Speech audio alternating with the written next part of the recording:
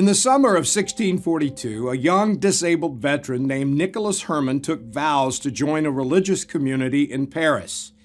He described himself as a great awkward fellow who broke everything and was acutely aware of his humble, flawed stature. He took the religious title Brother Lawrence of the Resurrection, or Brother Lawrence as he's widely known. He joined the monastery and was given a task to perform, and he did what he was asked. But he was soon seen to be a man of wisdom, and he became sought by many visitors for spiritual counsel.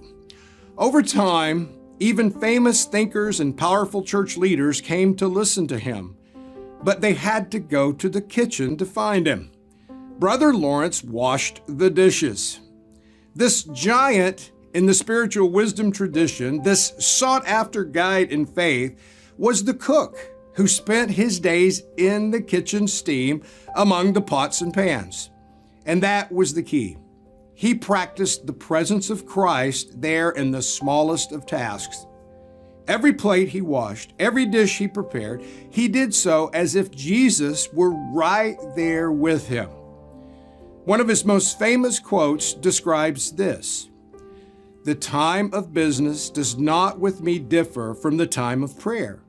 And in the noise and clutter of my kitchen, while several persons are at the same time calling for different things, I possess God in as great tranquility as if I were upon my knees at the Blessed Sacrament."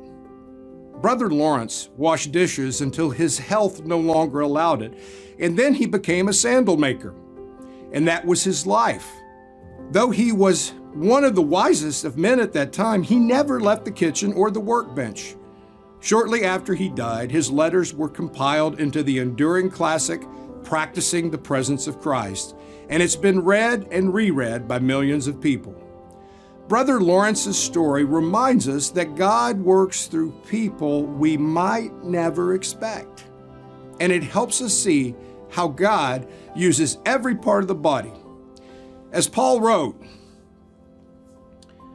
"For just as the body is one and has many members, and all the members of the body, though many, are one body, so it is with Christ. For in one Spirit we were all baptized into one body, Jews or Greeks, slaves or free, and all were made to drink of one Spirit. For the body does not consist of one member, but of many."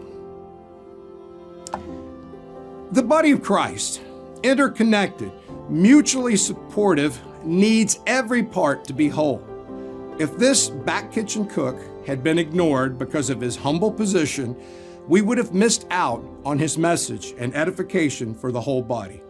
Brother Lawrence, like so many forgotten, insignificant people, turned out to be a light that shines through the centuries.